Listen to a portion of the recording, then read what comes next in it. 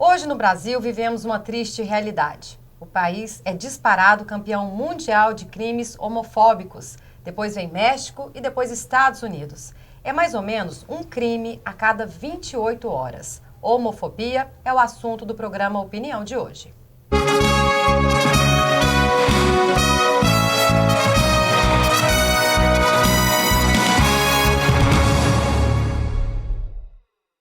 E para falarmos sobre homofobia, recebemos aqui a deputada delegada Adriana Corsi, do PT, que é presidente da Comissão de Segurança Pública aqui da Assembleia. Obrigada, Adriana, mais uma vez no assunto polêmico. Né? Olá, Luciana. Olá para os demais participantes. Uma satisfação estar aqui conversando sobre um assunto tão importante.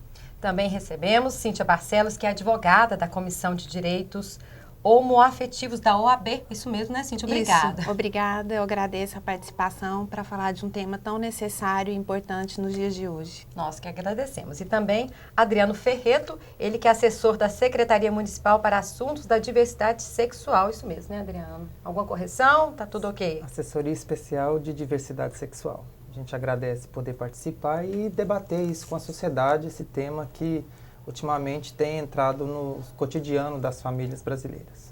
Tá, então assim, eu proponho a gente explicar para quem está em casa, primeiramente, o que é homofobia. Eu sei que é uma aversão, né, a gays, lésbicas. Eu gostaria que um de vocês, né, Adriano, quer explicar, você que lida diariamente com isso. Então, a gente hoje... O que é homofobia? A gente tem 3 tipificações de fobias: a homofobia, a lesbofobia e a transfobia. Você tinha perguntado sobre homotransfobia, na verdade é só a junção das palavras homofobia e transfobia.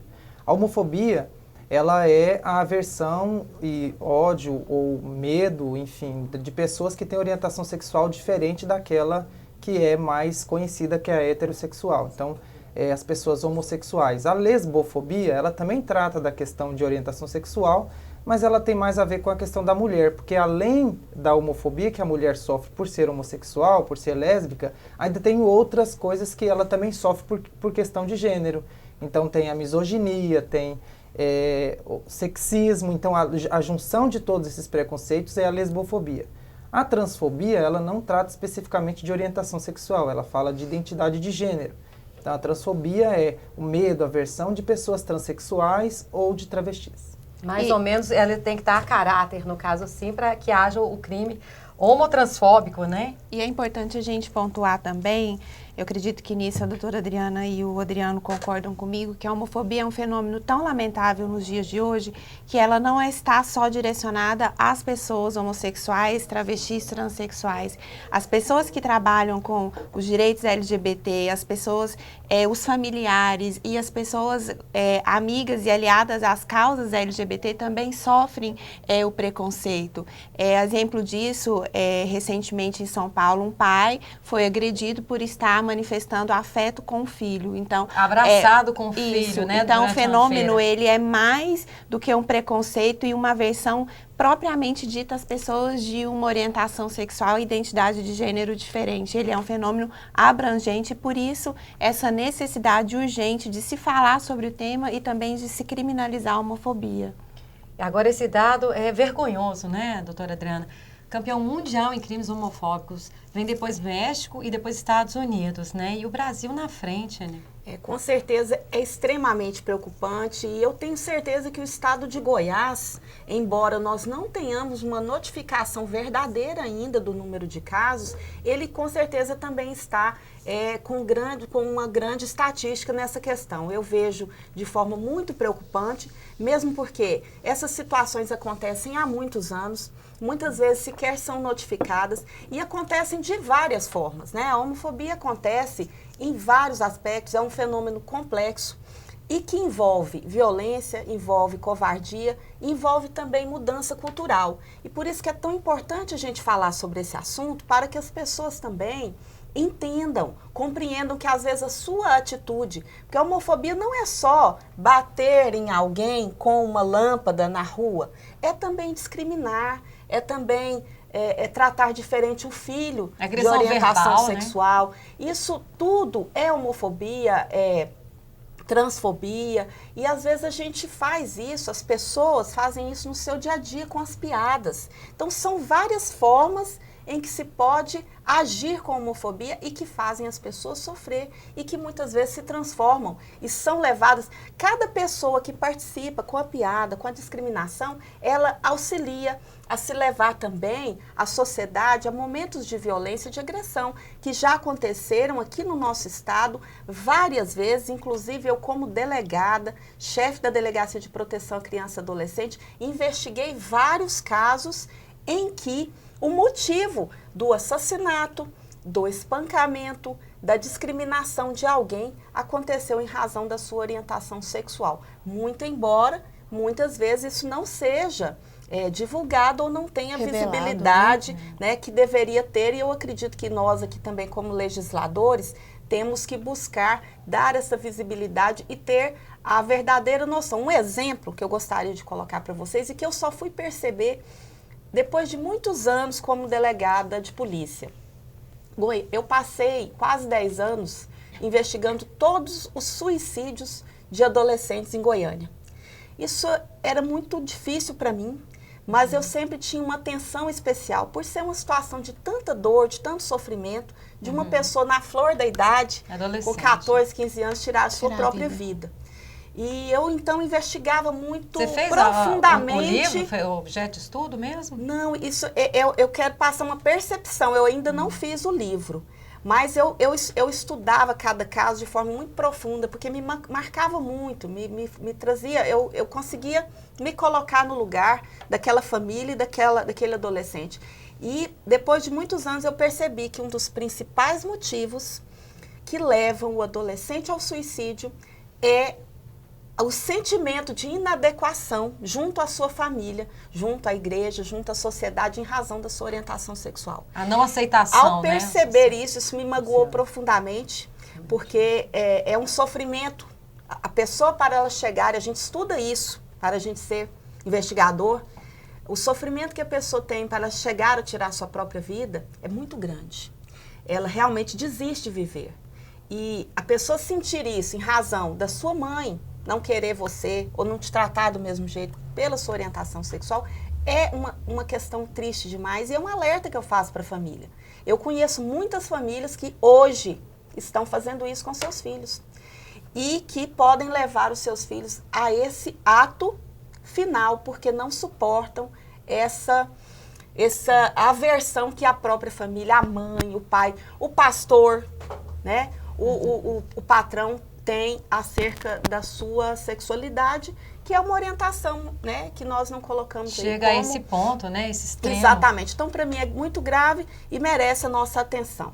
Bom, é grave. O Adriano queria falar alguma coisa com relação a isso. Isso, é porque assim, em 2012, a Unicamp, ela lançou um estudo, tem um estudo da Unicamp, que é, inclusive, muito assustador. Que, segundo o estudo da Unicamp, 3 adolescentes cometem suicídio no Brasil por dia. 3. E mais de 80% tem a ver com a questão da sua adequação ou não adequação à sociedade. Por conta da orientação talvez sexual. Que a gente consiga ter alguma forma de que isso seja registrado, que a gente perceba, porque geralmente o que a gente investiga no suicídio? Se alguém participou, se alguém auxiliou, se alguém instigou aquela vítima a suicidar-se. E eu creio que nós temos que ir além, perceber qual foi realmente o motivo para que a gente tenha a revelação desses dados aqui em Goiás também. Acompanhando o suicídio, tem o bullying também. Tem a questão dos amigos. Na escola, que também a homofobia é o mais alto grau de bullying dentro da escola.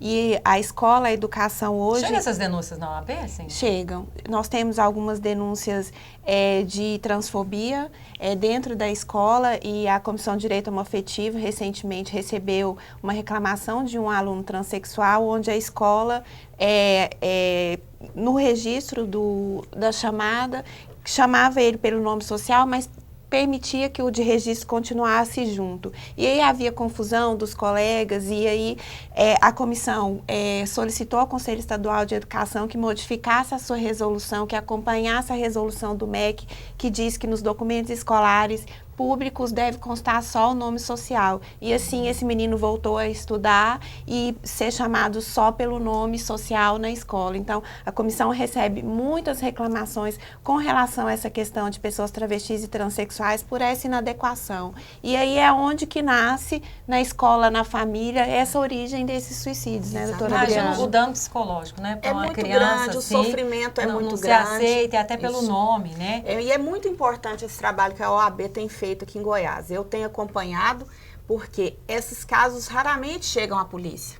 Raramente nós temos como apurar essa discriminação, esse bullying, porque quem denuncia os casos em que crianças são vítimas é a família. E muitas vezes a família concorda com essa discriminação. É verdade. Querendo ou não, talvez sem culpa, talvez pela questão da cultura. Da falta de conhecimento, Pela falta né? de conhecimento. Então, por isso que nós temos que conscientizar. Eu vejo que mais do que tão importante como fortalecer os órgãos que investigam e que combatem a homofobia, criminalizar a homofobia, nós temos também que conscientizar as pessoas da gravidade, de como isso afeta o sentimento, né, das pessoas e que nós precisamos avançar. É verdade. A respeito, né, gente? Agora, homofobia é crime? É previsto no Código Penal? É o que a gente vai discutir daqui a pouquinho, depois do intervalo.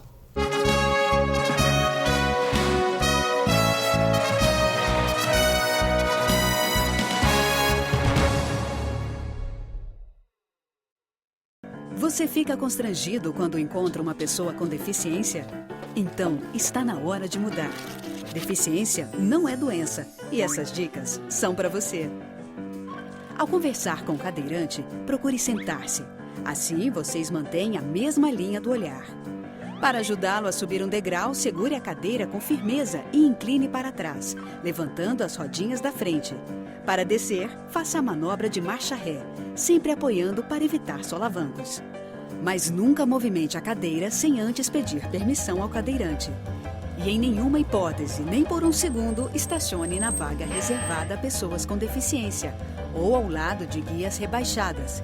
Você gostaria que construíssem um muro na porta da sua garagem?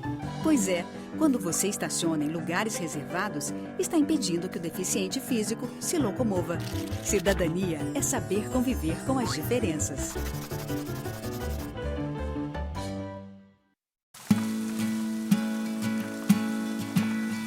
Antes da virtualização, corria-se o risco de perder partes de um processo durante o manuseio e transporte.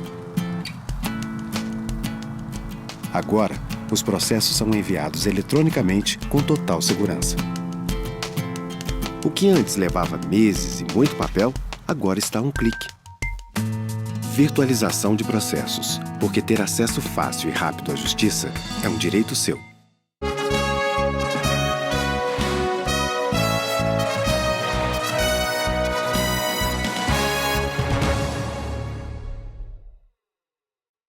O programa Opinião volta com o tema homofobia. Afinal de contas, homofobia é crime? Está previsto no Código Penal? Tramita um projeto no Senado Federal. Em que pé que está, doutora Cíntia? É crime? Infelizmente, ainda nós não temos o tipo que é a qualificação penal da homofobia como crime. Eu costumo dizer que as pessoas, elas precisam ter consciência que, independente da homofobia estar criminalizada ou não, todos são iguais perante a lei, todos estão sujeitos à legislação criminal e pode buscar a qualquer delegacia na ocorrência de um crime.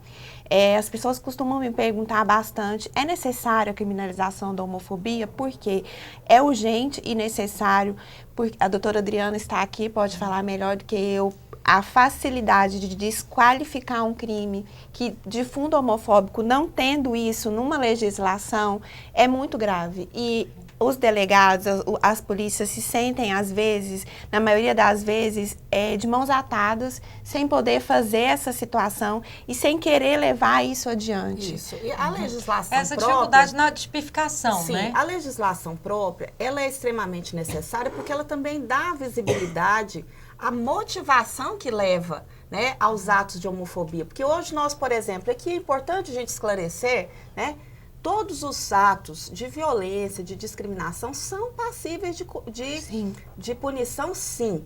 Né? Se caso houver o xingamento, injúria, calúnia, difamação, se nós tivermos a discriminação num local, por exemplo, nós podemos colocar ali o constrangimento Local ilegal. de trabalho, né? doutora, por exemplo. Nós temos o assédio moral, pode ser colocado também o constrangimento ilegal, certo? E as agressões são punidas. Um dos últimos casos que eu investiguei como chefe da DPCA foi a agressão gratuita que um adolescente sofreu ao voltar para casa de uma festa. Ele disse, olha, eu estava andando na rua, eu gostaria de contar porque é um caso que acontece muito e raramente nós sabemos que se trata de um caso de homofobia. Por isso que é importante ter a legislação própria. Mas é punido, para que as pessoas saibam que é punido sim. Que precisa buscar. Exatamente. O adolescente retornava de uma festa, ali no centro de Goiânia, sozinho, e ele foi agredido gratuitamente por 4 outros jovens. E eu perguntei, mas meu filho, o que aconteceu? Me diga o motivo. Ele, doutora, eu não sei, eu estava simplesmente voltando para casa da festa. Se quer ingerir bebida alcoólica, eu não bebo, então não fiz nada, não briguei com alguém ali, não me lembro. Estava vestindo Exatamente, ele roupa foi de homem, agredido com assim. um golpe na boca, que lhe quebrou o maxilar, foi necessária cirurgia, caiu ao chão, continuou a ser agredido e seria morto. Só não foi porque 2 rapazes que passavam de carro, pararam o carro e foram em socorro e os agressores fugiram. Nós sabemos de tudo isso porque eu consegui as filmagens. Então eu vi exatamente o que aconteceu. O rapaz vinha, sem mais nem menos, 4 indivíduos passam agredindo, 4 indivíduos desses que conhecidos, né, por frequentadores de academia, fortes e tudo. E nós só ficamos sabendo de fato que se tratava quando os prendemos. Eles mesmos confessaram ante a prova indubitável, que era a filmagem, né, de que agrediram um rapaz porque achavam, e eu peço perdão aqui da palavra, que ele tinha andado de viadinho. Eles falaram isso. Eles quase mataram o rapaz e o matariam por esse motivo. E eu os prendi, portanto. Mas o motivo nós só soubemos com investigação aprofundada. Então a legislação própria, ela vai trazer a visibilidade, ela vai permitir que as pessoas atingidas possam, né, procurar, e ela vai permitir também um maior rigor. Porque uma coisa é agredir, a outra é agredir sem motivo ou motivado por um motivo, por uma questão tão, né, covarde, tão desmotivada, digamos assim, como essa. E é importante, né, a criminalização, porque a punição pode aumentar, né? Pode melhorar. Certamente. O Adriano tem outro exemplo. Infelizmente, tem aquele caso também dos 2 irmãos que culminou em morte também, né? Isso na Bahia. Mas Deixa antes de você falar, tem um dado aqui, gente, muito triste. Foram 312 assassinatos a gays, lésbicas entre 2013 e 2014. E esses números, o Adriano, a gente estava conversando antes de começar o programa, eles são dados, né, através de ONGs que ajudam a fazer esse levantamento, né, Adriano? Nós temos um blog, eu falo o movimento LGBT, tem um blog na internet e a gente faz meio que um apanhado de todas as ONGs, cada ONG é como se fosse um observatório. Porque a gente ainda não tem essas notificações de crime via dados legais no caso da polícia. Assim, eu tenho muito prazer e muita honra de estar sentado numa mesa com a doutora Adriana Corsi por conta da conduta que ela sempre teve enquanto delegada e agora como deputada. Mas essa, infelizmente, não é a conduta de todos os delegados hoje, não só dos delegados, mas dos servidores de delegacias. Por quê? O grande detalhe da população LGBT não procurar a polícia, muitas vezes nesses casos de agressões, é porque você é agredido na rua por questão da sua orientação sexual e quando você chega na delegacia você é agredido novamente por piadinhas, risinhos ou muitas vezes, como aconteceu nessa última semana, um assassinato de uma travesti na região do São Francisco. E aí, quando você pega o inquérito, ele já começa a desqualificação da vítima, como se a vítima fosse culpada por ela ter sido assassinada. Então, assim, a gente tem essa questão de ter essa importância na questão da criminalização, também para coibir esses Já começa abusos. com preconceito, né, Adriano? Eu não vi o boletim de ocorrência desse caso que o Adriano está falando, mas eu ouvi dizer que estava escrito era prostituta e travesti. Alguma coisa... E provável traficante. Já Já começou denegrindo, né? Já classificando a pessoa e tirando os próprios direitos da dignidade. Essa conscientização que a gente fala que é tão importante, essa mudança cultural, ela passa por toda a sociedade. A polícia, os policiais são filhos das mesmas famílias, né? Nós todos passamos pela mesma cultura que existe no nosso estado e no nosso país. Então, a sensibilização das autoridades, como a gente diz que é necessária também no combate aos crimes contra as mulheres, contra as crianças, né, de violência doméstica, no combate ao racismo, passa também por essa conscientização de todas as pessoas, inclusive desde a infância, né, para que sejam sensíveis e respeitem da mesma forma todas as pessoas. Então eu vejo que essa necessidade, ao mesmo tempo em que nós temos, né, que mudar a legislação, que nós temos que fortalecer os órgãos que fazem recebem, que lidam, acolhem, né, as denúncias, como a seção da OAB, né, que fez essa distinção de uma homoafetiva, direitos homoafetivos, né? Só para essas questões, eu achei isso muito importante, né? Quero elogiar aqui a OAB, mas também nós temos que buscar essa conscientização e ela também atingirá com certeza os meios policiais. Eu concordo, vejo isso acontecer também e acho que faz parte do nosso papel também a gente procurar essa sensibilização e dar esse exemplo também. E os avanços são recentes, né? Os avanços que nós temos recentemente, a Secretaria de Direitos Humanos publicou uma resolução determinando que os boletins de ocorrência tragam a questão de orientação e identidade de gênero, que é uma busca da OAB constante. Também nessa casa tinha um projeto de lei em andamento com essa busca específica para a questão dos dados. E hoje então, a mudança é lenta. É lenta, e o papel das instituições, principalmente da OAB, de todos nós que estamos aqui, é ajudar nessa conscientização e nessa cultura, como você colocou, doutora Adriano está aqui. Eu gostaria de, inclusive, fazer um pedido em público para a doutora Adriana Corsi. O deputado Carlos Cabral, na legislatura passada, ele apresentou um projeto muito importante. Eu não sei até que pé esse projeto, se ele foi arquivado por conta da mudança da legislatura, e aí fazer esse convite para a delegada, a doutora Adriana, ela pediu o desarquivamento desse projeto, que é um projeto que solicita, ou que na verdade torna obrigatório, porque já existe uma portaria do Ministério da Justiça para que esses casos sejam notificados pela delegacia de polícia. Mas aí a gente tem esse projeto aqui na Assembleia Legislativa. Como a gente não consegue avançar, mesmo tendo essa portaria, ainda existe muita dificuldade, agora a gente tem um outro aliado, porque assim, na questão LGBT, hoje, sem sombra de dúvida, na questão da saúde a gente tem um pouco mais de avanço, alguns outros avanços. E aí a gente tem agora uma resolução do Ministério da Saúde, em que, na mesma notificação, porque nós já somos obrigados a notificar casos de agressão de criança e adolescente, sim, e também de mulheres, né? Sim. A gente é obrigatório, né? Chegou, você já tem que fazer. E aí agora também a questão LGBT, porque inclusive a gente entende que boa parte dos LGBTs que são agredidos nas cidades, eles não procuram a delegacia, mas logicamente procuram o atendimento médico de saúde, né? Uma outra coisa, super rapidamente, para a gente falar... Atrás desse projeto, né, doutora? Com certeza. Que assim, a gente está lutando pela questão da criminalização, mas não é só isso. A gente tem Você vai falar outras... o que é mais que vocês estão lutando daqui a pouquinho, depois do intervalo, tá bom?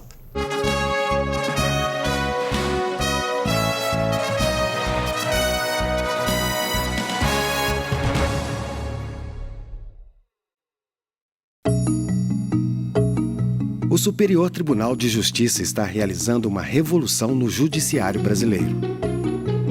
É a virtualização de processos. Agora, o tempo de envio e distribuição dos autos caiu de aproximadamente 13 meses para 5 dias. Além de eliminar o papel e reduzir custos com logísticas de envio, protocolos e viagens, a virtualização permite total integração entre o STJ, os demais tribunais, os advogados e as partes, com total segurança e transparência. As salas antes ocupadas por pilhas de papéis agora oferecem mais conforto e melhores condições de trabalho aos nossos colaboradores. Os processos são virtuais. o benefício é real. O primeiro tribunal nacional do mundo a promover a virtualização de processos. Informe-se, porque ter acesso fácil e rápido à justiça é um direito seu.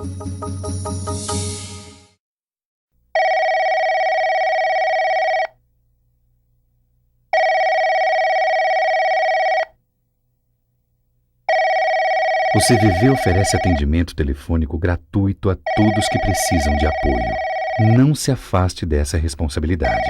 Junte-se a nós e venha completar essa chamada. Isso é mais importante do que você pensa. CVV, boa noite.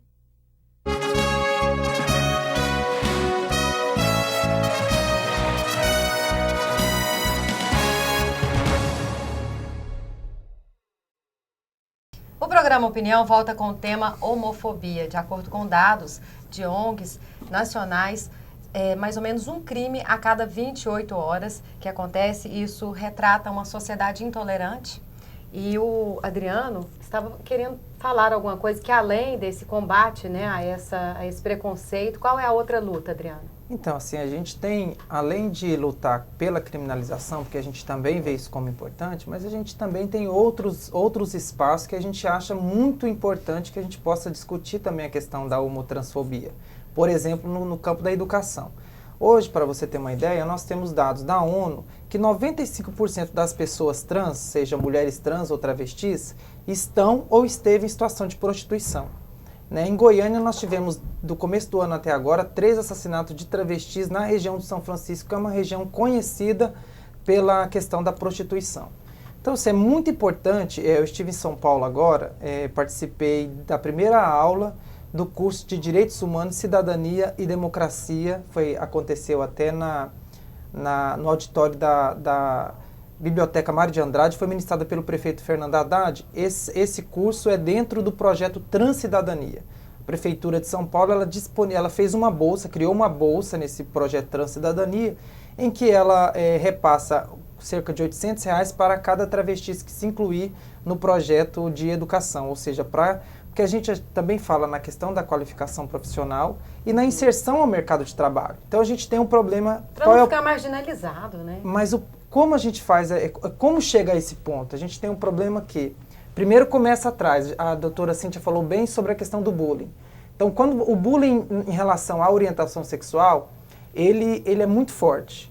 Mas quando a gente fala de identidade de gênero, é muito pior. Né? Porque a orientação sexual, ela geralmente se manifesta a partir dos 13, 14 anos, porque é uma questão mais afetiva, né? Mas quando você trata de identidade de gênero... Até corporal também, é uma questão até física, né?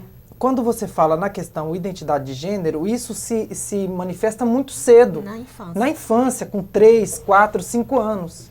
O grande detalhe é que você tem um problema na família, e você tem um grave problema na escola. E aí essas pessoas elas não conseguem se inserir no ambiente escolar, saem da escola, não conseguem de forma alguma inserção no mercado de trabalho, mesmo com algum tipo de formação, só consegue prestando concurso público, porque na verdade as empresas elas não contratam pessoas trans para trabalhar.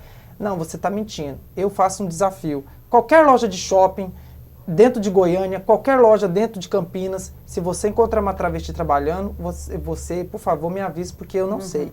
No máximo, a gente consegue alguma inserção em empresas de telefonia em que não vê a imagem, que você não vê a imagem. E muitas vezes as pessoas trans são obrigadas a identificarem-se com o seu nome civil, né? Inclusive... Eu vejo que mudar essa realidade, gente? Será essa que discriminação, ela faz parte da violência. Como eu disse, né, a homofobia, a transfobia, ela se revela de várias formas, e uma das formas é esse não acesso, tanto à educação como também ao mercado de trabalho. Eu vejo que o avanço nesse sentido é um dos caminhos para que a própria sociedade também consiga conviver melhor, né? Então, e eu gostaria aqui de salientar que muitos jovens,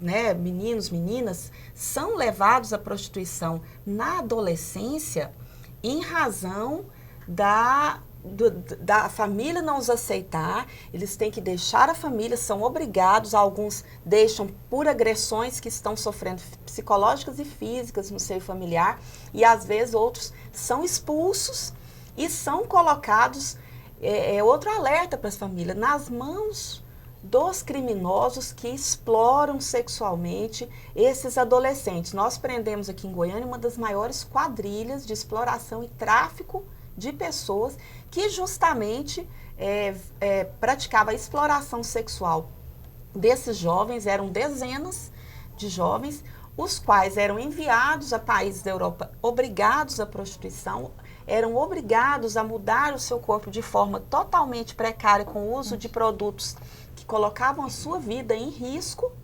sob ameaça de morte e espancamentos. Meninos de 13, 14, 15 anos. Nós fizemos essa investigação, eu a presidi, e estava claro, né, que aqueles jovens só estavam naquela situação porque estavam passando fome nas ruas. Doutora Adriana. Então, isso tem que ser revelado, né? E que esse projeto, só terminando, Adriano, do prefeito Fernando Haddad deve ser um exemplo para todos nós. Nós estamos aqui estudando esse projeto para que, como deputado estadual, nós possamos trazer esse incentivo para que o transexual, a travesti, possa estudar, possa trabalhar e viver com dignidade. Porque a falta de oportunidade leva, né, à prostituição. Um adendo grave no que a doutora Adriana está falando é nos órgãos de proteção à criança e adolescente. Assim, eu recebi uma denúncia essa semana lá na Assessoria Especial de Diversidade Sexual, em que eles estão fazendo as rondas e no espaço de prostituição onde tem mulheres cisgênero é o contrário de transgênero. Então, mulheres cisgêneros fazendo o programa, que são meninas, menores de idade, eles estão recolhendo e levando as suas famílias. Mas no caso das transgêneros, ou seja, das transexuais, nada é feito. Ou seja, a gente tem um grande número e preocupante número de menores de idade nas regiões de prostituição, seja no São Francisco, seja na região dos motéis. Sim, ressaltando que independente da questão de orientação sexual, é crime a exploração sexual, né, de qualquer criança e adolescente. Qualquer participação em uma situação de exploração, de prostituição, de pessoa, ser humano, menor de 18 anos, é crime grave, é crime hediondo e é passível de prisão em flagrante. Então, qualquer pessoa que auxilie, apoie, receba, obrigue, coaja, enfim, qualquer forma de participação. Então, essa é uma denúncia grave, Adriana, eu a recebo aqui em público e a gente faz o compromisso aí de, às vezes, até orientar os profissionais que estão realizando esse trabalho para que o façam de forma competente. O grande detalhe, só para finalizar nesse ponto, a gente até conversou com alguns profissionais, o espaço aonde levar essas meninas transgêneros, porque o grande número de instituições que são ligadas a essa rede, elas não aceitam menores transexuais, porque não, segundo alegações, é que não tem um espaço adequado, não coloca junto com as meninas. Essa é uma evolução que tem que acontecer. Junto com os meninos. Essas pessoas, né, os jovens, adolescentes que são recolhidos em situação de prostituição, eles não são simplesmente levados, entregues a seus pais. Existe todo um encaminhamento que deve ser feito, um atendimento psicossocial, né? Muitas vezes estão fugindo de casa porque foram vítimas de agressões. Isso tem que ser investigado e haver um atendimento mesmo, né, conforme está estabelecido no Estatuto da Criança e Adolescente. Então, esses espaços, eles têm que ser construídos. Tudo que, né, que estamos falando, até na questão da violência doméstica, né, do combate ao abuso e exploração sexual de todas as crianças e adolescentes, está em construção ainda no nosso país. É uma questão de aceitação. É um processo. Né? Agora então, vem a pergunta, punir ou conscientizar, né? Quem faz as duas coisas têm que acontecer ao mesmo tempo. Quem agride... É crime, né? Quem pratica os delitos que estão tipificados na lei, sim, devem ser punidos. A punição faz parte também da conscientização. A punição não é para vingar-se da pessoa. A punição existe para educar. Para educar. Né? Então, a punição, uma multa, só, né? A punição uma prestação de serviço à comunidade. Resolve. Não, porque o que nós queremos é que não aconteça. Né? Então, como nós falamos aí sobre castigo físico e humilhante como forma de educar as crianças, né? Eu, há muitos anos, percorro as escolas, as igrejas, os bairros, onde tem espaço e falo com as pessoas que nós devemos buscar outras formas de educar os nossos filhos que não seja o castigo físico e a humilhação, né? O xingamento. Mesmo porque isso vai gerar outros traumas. Exatamente, e não vai está provado nada, que gera mais violência na sociedade. A Cíntia está querendo Ao falar mesmo alguma tempo, coisa. também há a punição para as agressões. Pois justamente os dois, né? O que eu quero abordar é a questão da aceitação, sempre associado à questão de conscientização e do crime também, que a gente não pode deixar de falar, mas que uma das ações em comemoração ao dia 17 de maio, que é comemorado o Dia Internacional do Combate à Homofobia, temos o Dia Estadual também aqui em Goiás, que é muito relevante para a capital, é a divulgação. A comissão tem uma campanha contra o amor, não a lei, de um casal se beijando, pelo simples motivo de termos recebido recentemente várias denúncias de casais que não estão sendo aceitos nos ambientes sociais da cidade, em bares, restaurantes, qualquer lugar os casais são convidados a se retirar por estarem juntos ou manifestar qualquer tipo de afeto, enquanto outros casais heterossexuais circulam livremente. É importante lembrar que o Supremo Tribunal Federal, em maio de 2011, reconheceu a união homoafetiva como união estável, equiparando em direitos e obrigações e proibiu a discriminação. Então, a Comissão de Direito Homoafetivo está fazendo esse trabalho, vai visitar alguns estabelecimentos, doando esse cartaz para essa conscientização e lembrando, como a doutora Adriana colocou e o Adriano aqui também, que é crime, que é punível tanto pela questão penal e também gera danos, gera sofrimento na esfera civil, isso também pode ser reparado. Não, e muitas vezes nós, pais, passamos o preconceito para os filhos. Eu estava numa fila de cinema com a minha filha e havia um casal, 2 homens, né? E assim, os dois estavam abraçados. E eles trocaram uma bicotinha, minha filha olhou assim, olhou para mim, eu falei, olha, normal, é o futuro. E assim, quando ela vê, ela age com naturalidade, meu outro filho age com naturalidade, e tem que ser passado, nós, pais, temos que passar, porque é o mundo, estamos no século XXI. É a sociedade plural, sexual, né? cada um tem a sua, né? Eu ouvi outro dia de uma amiga, achei uma ponderação muito importante, até mesmo para passar para as pessoas, que o filho perguntou, mamãe, homem pode amar homem? E ela fez essa colocação, meu filho, as pessoas podem amar pessoas, né? Independente de serem homens e mulheres, eu acredito que as crianças precisam crescer entendendo que a sociedade é plural e de uma forma simples, todos amam pessoas. E geralmente quem é homofóbico, né, o Adriana e a Adriana aqui podem falar, geralmente quem é homofóbico teve um caso de agressão na infância.